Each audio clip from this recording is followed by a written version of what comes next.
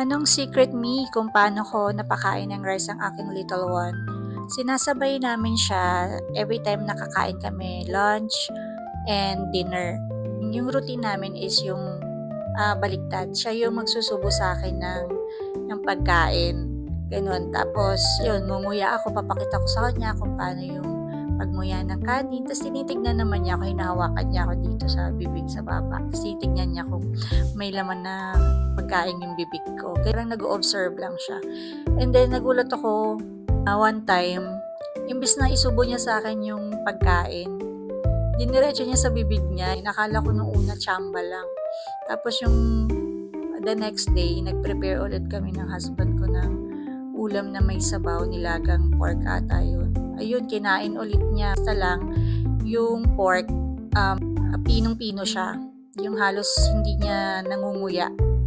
Yun, yung hindi niya nararamdaman na may pork. Tapos yung gulay, ganun din, pino rin yung halo dun sa kanin. Tapos maraming sabaw.